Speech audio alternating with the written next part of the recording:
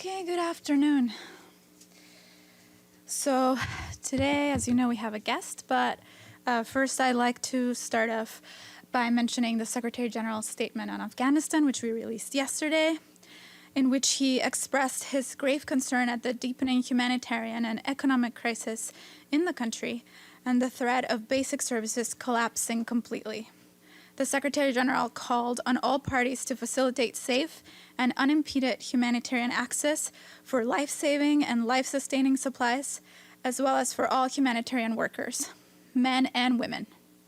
He also urged all member states to dig deep for the people of Afghanistan in their darkest hour of need, and to provide timely, flexible, and comprehensive funding.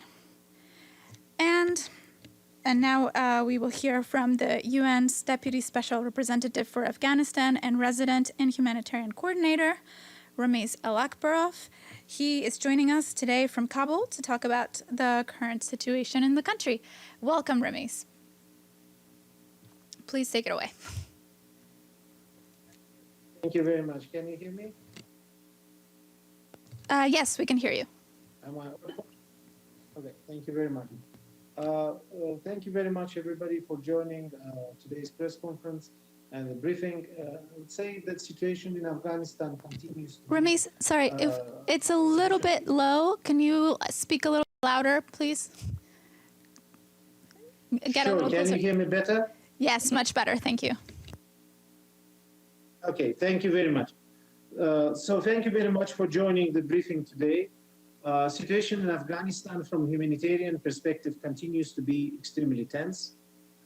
As I speak to you today from Kabul, more than half of the Afghan children do not know that we will have a meal tonight or not. And that's the reality of the situation we're facing on the grounds. There is a quite considerable and acute malnutrition, and access to food everywhere is scarce. The medicines are in short supply, and obviously, as you heard from the introductory remarks, we're extremely concerned about the future of the social sector, as there will be obvious limitations in our ability to see salaries of the teachers and education workers and those social sector workers being paid, because most of the budget which used to pay those salaries has actually came from the foreign aid, and right now we do not have budgetary provisions to cover those aspects of work. We have seen more than 600,000 people displaced as the result of this conflict. United Nations response to the situation on the ground for provision of its essential response, humanitarian response. We were able yesterday to land an airplane, first airplane in Mazar Sharif. 37.5 metric tons of medical supplies were delivered, and this will serve 200,000 people and will be distributed to over 20 health facilities, and that's very, very positive development. We also were able to bring over 600 metric tons of food for the distribution with support of the World Food Programme. And we are seeing now also the cargoes and non-food items being delivered by UNHCR.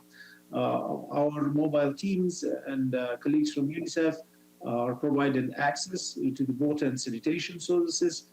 Notably, they also been providing children protection services, including at the airport. There are more than around 800 children, I would say, provided protection services and reunited with their families at the difficult moments which we experienced in the course of the past weeks. I would say that we remain determined to deliver the essential services to the people of Afghanistan. We remain here in solidarity with those who need our assistance. Unfortunately, levels of funding provided to the United Nations to respond to those needs have not been commensurate. We will be issuing a flash appeal in the course of the next 10 days, outlining our needs. I repeatedly provided the figures throughout the media. I spoke about it. Since last few months, we've been ringing the alarm bells The contributions for United Nations to respond to the humanitarian crisis have not exceeded $400 million this year against the ask of 1.3 billion. And as this situation unfolds, it is extremely important that we prevent Afghanistan from descending into a further humanitarian catastrophe by taking the necessary steps to provide essential items which this country needs right now, and that is support for food, health, and protection services and non-food items to those who are in extreme needs. Those who are in the front line of this catastrophe are women and children, and we need to stay in solidarity with the people of Afghanistan as they're going through this turbulent times. At this point in time, I will stop with my introductory remarks and will be glad to answer any questions which may be from the floor. Thank you very much. Thank you very much, Ramiz. Edie, Associated Press. Thank you very much. On behalf of the United Nations Correspondents Association, thank you very much for doing this briefing. My name is Edith Lederer from the Associated Press. You said earlier today that Afghanistan could face a catastrophic situation and run out of food by the end of September. Could you elaborate on that somewhat and say, is this running out of all food, some food, all over the country? And what would the implications of that be? And secondly, how much money and other issues, I guess, would be needed to avert this immediate food catastrophe? Thank you. Thank you very much, Edith, for your question.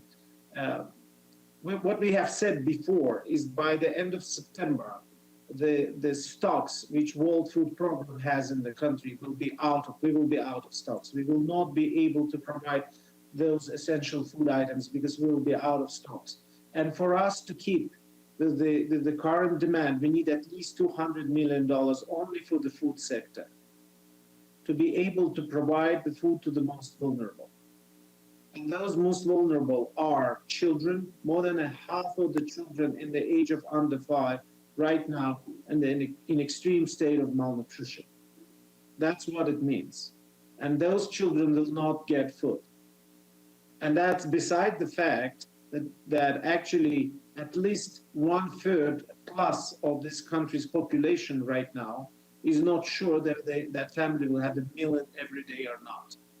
And this is what is going on. Obviously, there is a situation with the drought. There are parts of the country which had been a bit better, maybe with the food security because of their geographical location or the way the drought impacted those regions. But the food insecurity is very apparent through the entire territory of the country. And what happens then is that the areas which are affected more by war and then by drought, the people move into the areas which seem to be more secure or do a little bit better off. And what happens is that the tension and the deficit is created in those provinces. I hope I answered your question now. You said $200 million just for food. If there was money for food, would you be able to get it into the country quickly?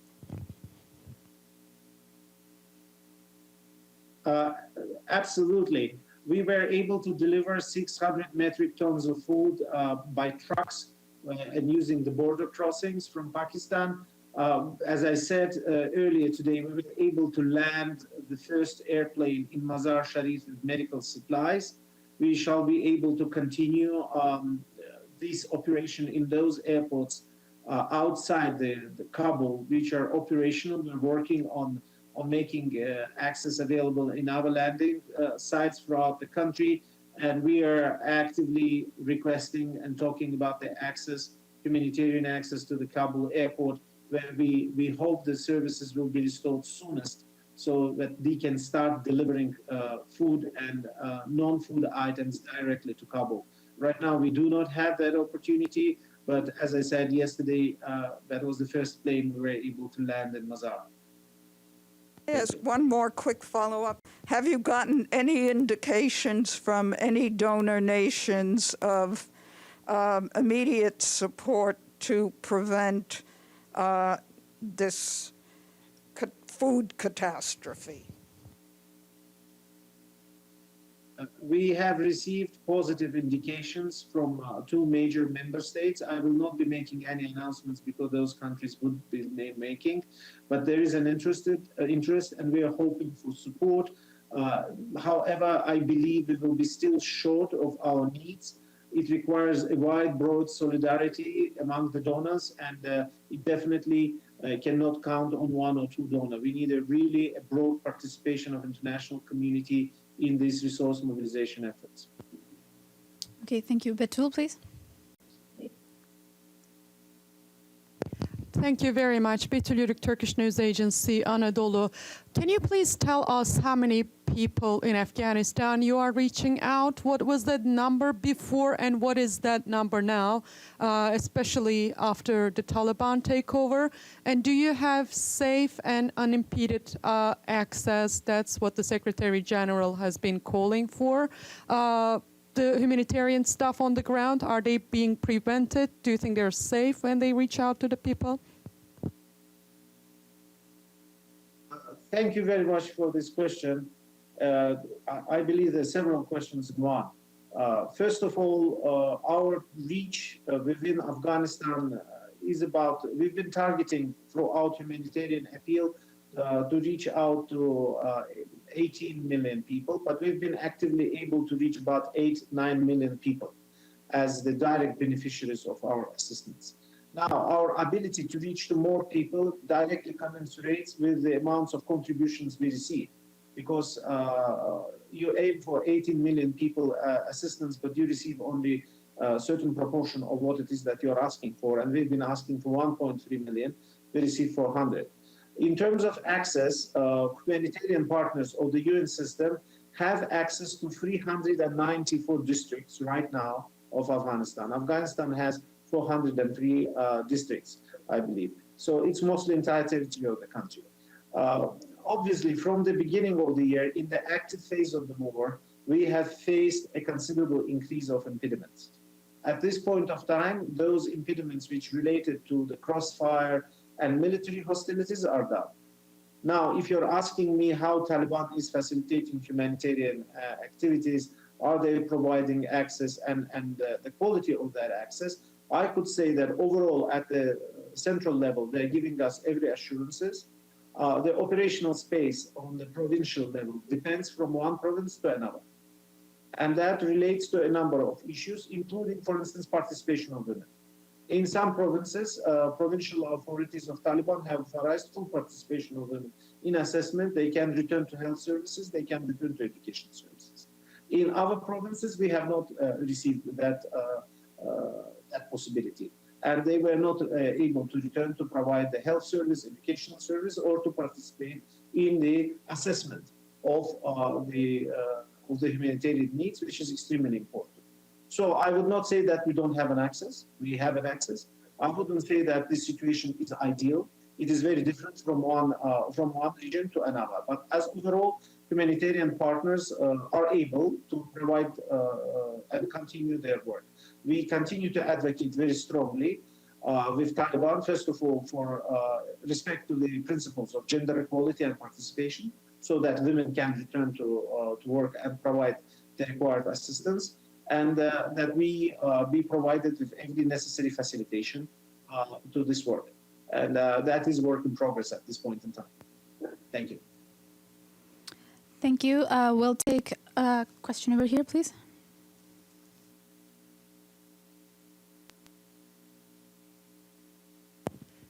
Thank you. Kristen Salumi from Al Jazeera English. Just a point of clarification, you said some provinces access for women has not been allowed, or you're waiting for assurances that it will be allowed, and is that coming from local authorities in those provinces? If you could just clarify that. And then also you talked, there's been talk about basic services being under threat, the ability to produce food, livestock is threatened, but can you talk about electricity and what other basic services might be impacted, negatively impacted by the current situation? Thanks. Thank you very much. First, to clarify, yes, it is different from one province to another. In some provincial Taliban authorities have allowed for participation of women and return to the work. Some allowed it partially, and some are requiring women to remain at home and require a muharram to accompany them, then they go out. And that's what the difference is. It is a very decentralized situation at the moment and very fluid, and it's not consistent from one place to another. And there is no central announcement, if you wish, or any clear indication as the government of, I understand, was not formed, the new authority was not formed, so they have not made any pronouncement of what is their overall decision or corporate policy in that regard would be, instructions would be. So the partners are able to engage fully in those areas where this access is provided adequately. So I hope that clarifies the questions. Your second question was about, can you remind me, please? I didn't Sure, get a chance to write it down. Sure, basic services, what in terms of electricity, banking, what are your other concerns? You know, the issue is with the foreign exchange capacity.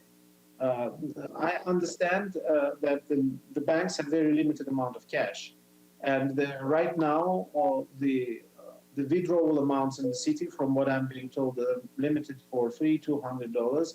And some of our partners now have indicated that, for instance, to purchase petrol for their electric power generator, as basic things like that, or to pay for some vital services which they need to do, the service provider does not take electronic transfer anymore and require a cash payment. So the organizations which do provide aid or remain in the country, unless they have an access to that cash, are able to pay the service provider in cash, they'll not be able to do so. So that in its turn will impact those areas you're talking about, and that's specifically electricity, be it purchase of petrol or any other daily necessities, if you wish. So it is important that in the near future, the resolutions found. Afghanistan, as I said in my introductory remark, is an extremely aid-dependent state. Its budget was formed largely for the contributions received from the countries and donations, and right now, obviously, that situation is not so encouraging. Thank you. I hope I answered your question. Okay, we'll take one question from the screen and then we'll come back.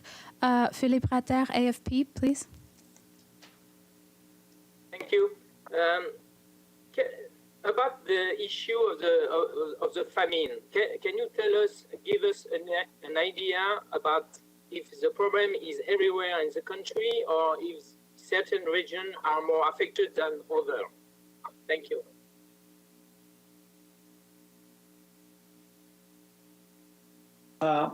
This is, we are talking, vulnerability of Afghanistan is largely of a rural nature.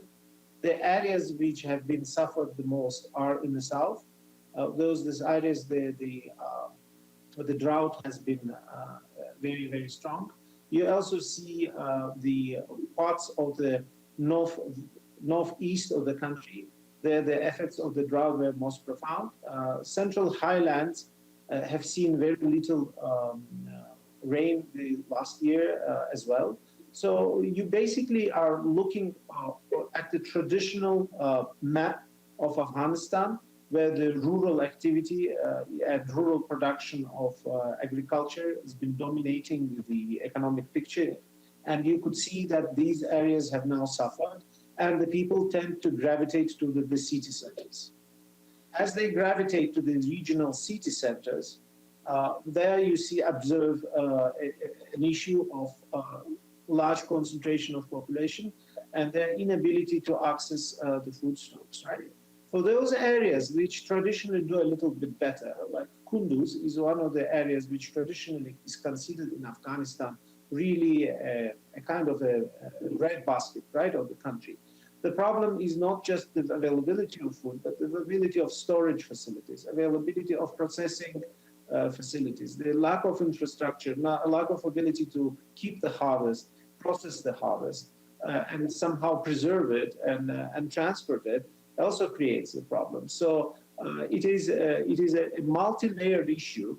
And let's not forget that what had happened here is that Afghanistan already had a very big drought in 2018. And we still have displaced population from 2018, which couldn't return to its original areas because of what happened in 2018-19. So it's just a year and a half later, again, we're seeing this situation. So I hope I answered your question, but it's quite a widespread phenomenon. And unfortunately, those better to do areas like Kunduz, which I mentioned, are facing a systemic issues of its own.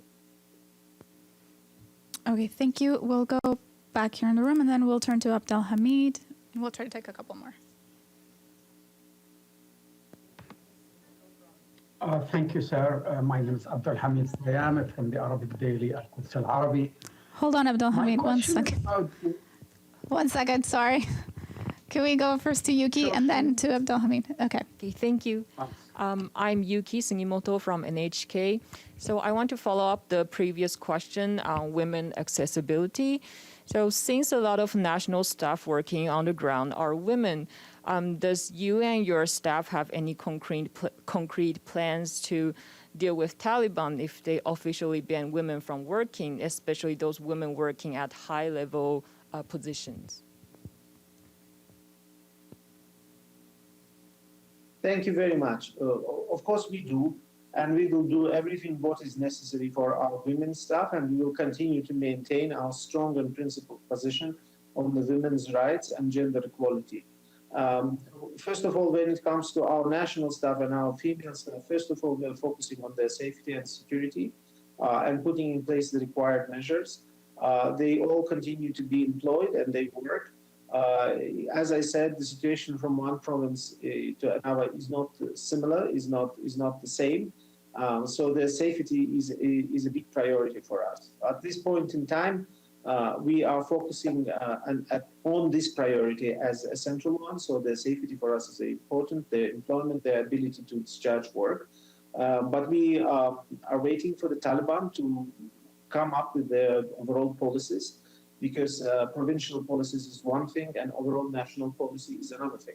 So, and depending on how these positions will be articulated, our positions will be obviously reacting to this and providing the necessary principled answer to that particular element. The issue of gender equality and women is a big test also for Taliban and for the way the international community will be reacting and interacting. And obviously it is in the center of attention of the United Nations. Thank you. Okay, now we turn to Abdelhamid. Please. Thank you. My name is Abdelhamid Sayam from the Arabic daily Al-Quds Al-Arabi. I have two questions, sir. First, about Islamabad and if the storages of the humanitarian supplies is coming into the country through land crossings or through aerial. And do you see so much cooperation of the powers on the ground, especially in crossing points? And my second question is about this humanitarian crisis. It sounds like it started August 15. It didn't. So can you tell us where these crises, which one deteriorated after August 15, while most of these problems had been inherited for so many years during under the U.S. and its allies' occupation of the country? Yeah, thank you very much. First of all, indeed, there is a large humanitarian operation going on into Afghanistan from Pakistan, from Islamabad, and from the border areas. We do receive a good cooperation from the Pakistani authorities who have facilitated access. They have facilitated road access, provided also platforms for the humanitarians to operate out of Islamabad. And actually, we were able to charter a PIA flight to deliver the health supplies into Mazar, as I said. So we're grateful for all the support which is being provided on that side of the border, including for potential rotation of our staff and many other elements which logistically are being provided. Now, you're absolutely right. We have started this year in a quite catastrophic situation, and we've been appealing for funding from the beginning of the year. Unfortunately, the resources were not coming, and the delayed receipt of these resources, and the fact that by the mid-year we were at the $350 million against $1.3 billion requirements, in itself has precipitated already negative effects. And I may give you one simple example. For a displaced Afghan family, in order to establish itself in some sort of a place, unless they receive aid, they need to borrow about $600 to establish some sort of a place and have something. For poor family of Afghanistan, they will take 18 years to pay back that $600 plus amount of money, 18 years. So just to give you a perspective of the poverty which we are dealing with. Now, the war which started, I would say the 3 months of war, which led to the mid-August point, have generated more than 600,000 people displacement. That in itself, of course, added to the initial needs, but those initial needs have never been met. So that's why the revised flash appeal, which we will be issuing, will be talking about those needs and will be pointing out at what is happening.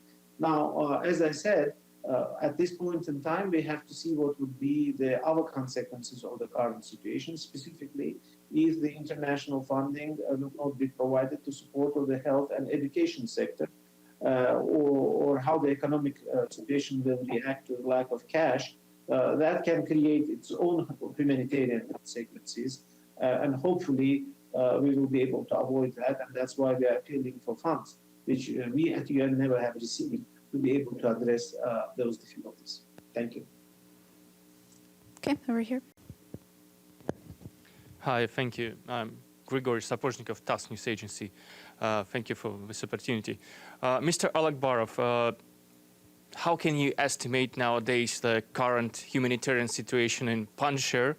And do you have any data about refugees, shortage of food supplies? Thank you.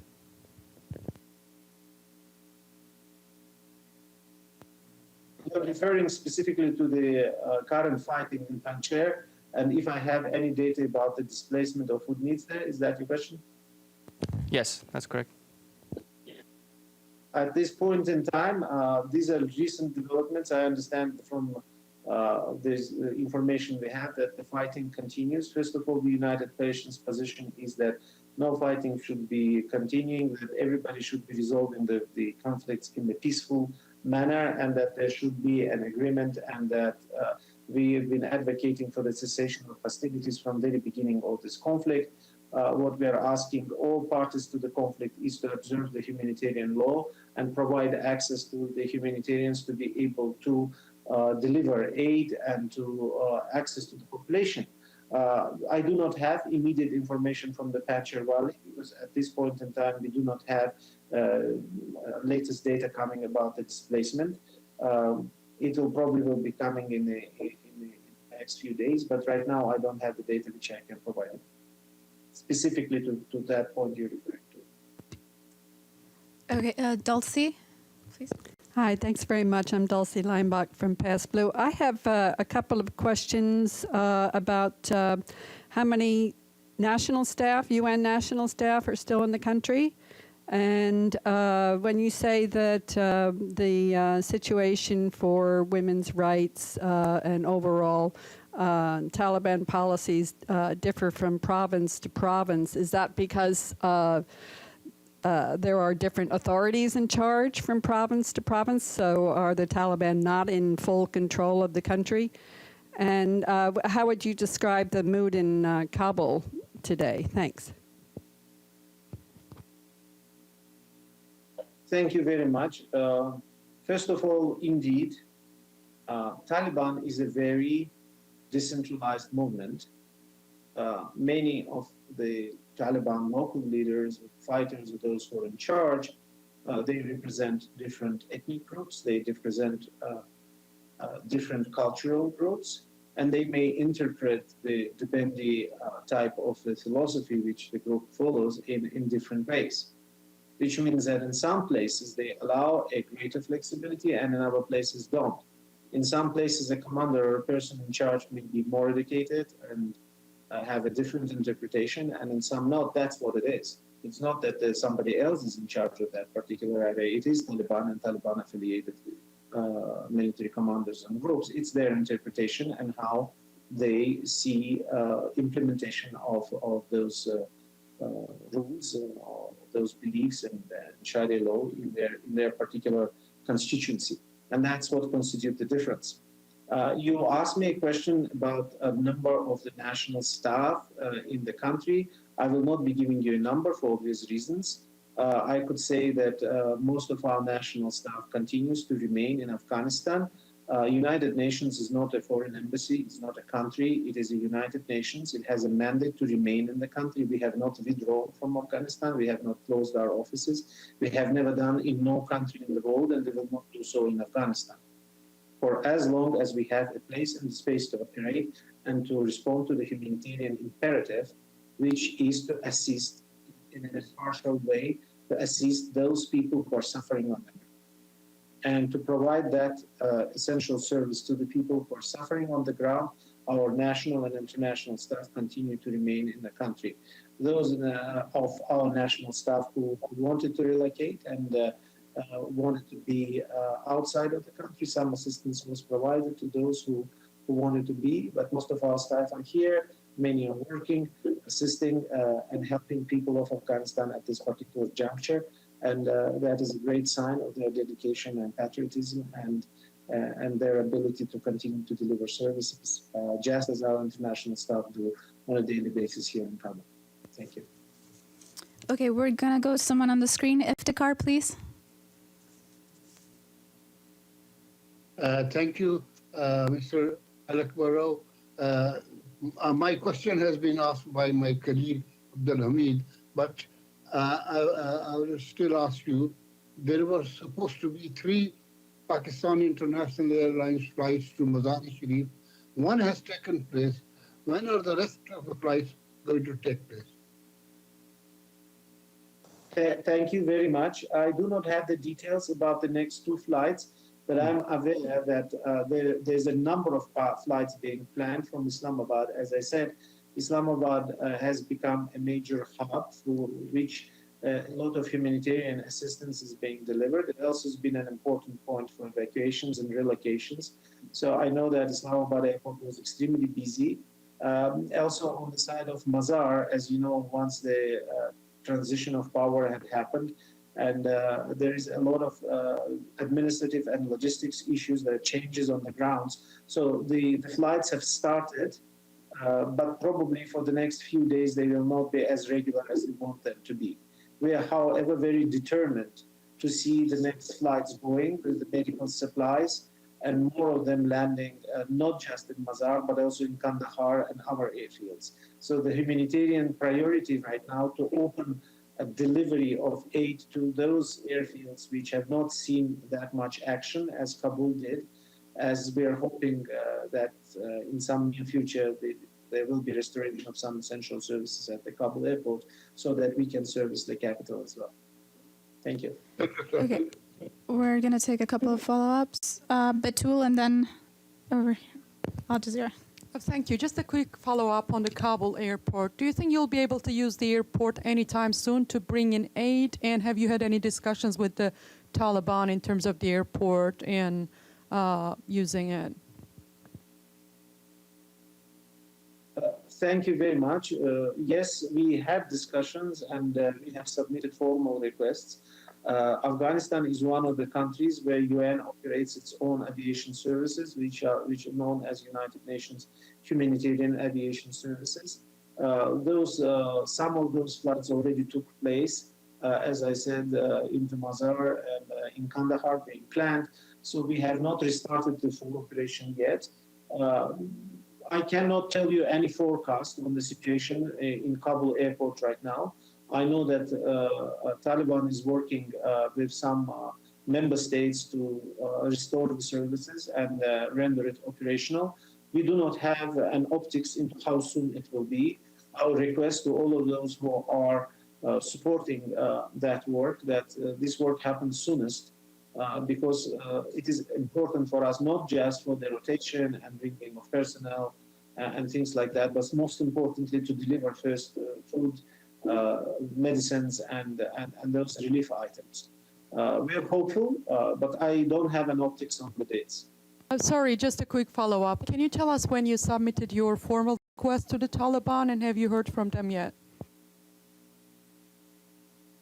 We have submitted immediately after within the first couple of days, we have submitted a request for the restoration of those services. And yes, we heard back because, as I told you already, we had at least one landing of humanitarian aviation service in Mazar, and we are hopeful to restore in the coming days also communication in Kandahar and in other places. I understand that airfields of Kabul at this point of time are not serviceable.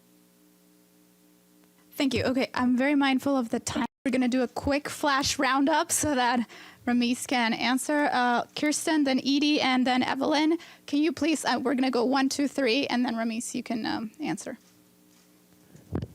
Thanks. I was just wondering if you could elaborate on what you're hearing from countries regarding their reluctance to donate to the situation in Afghanistan. What kind of assurances are they looking for?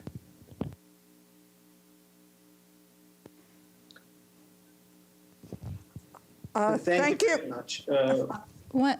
Sorry, we're going to do, yeah, go for it, Edie.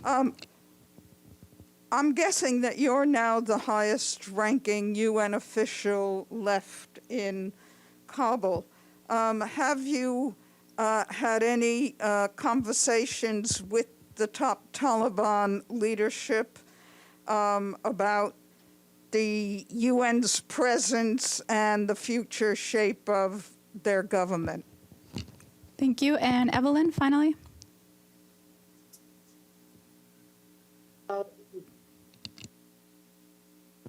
Evelyn Leopold, Independent Media Institute and Pass Blue. Sir, what are communications like? Is the internet holding up? Are you able to speak to each other as well to Afghani?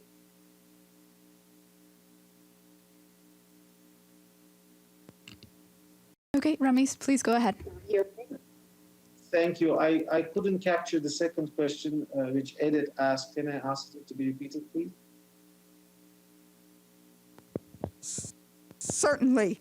I said I am guessing that you are probably now the highest ranking UN official in Afghanistan, and have you had any contacts with the Taliban leadership about the UN presence and the future shape of their government?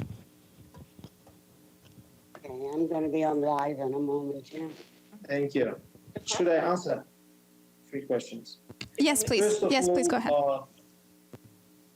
First of all, I would say that the dialogue about contributions to Afghanistan from the beginning of the year and now have changed.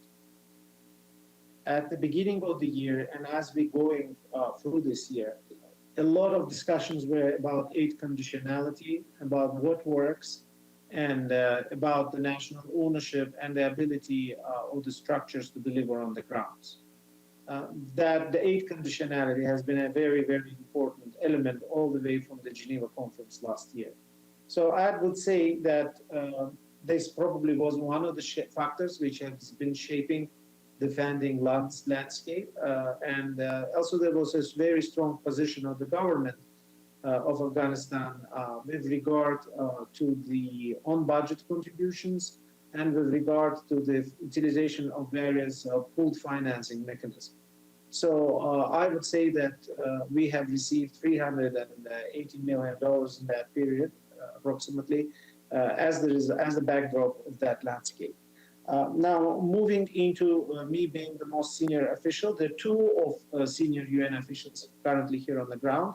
I am Assistant Secretary General, and I'm Deputy Special Representative for humanitarian and development work.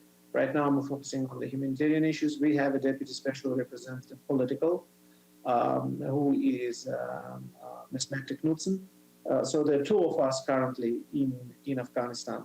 At this point of time, my engagement with Afghanistan Taliban has been focused on humanitarian assistance. I've been meeting education commissioners, health commissioners, and those interlocutors responsible for the humanitarian aid.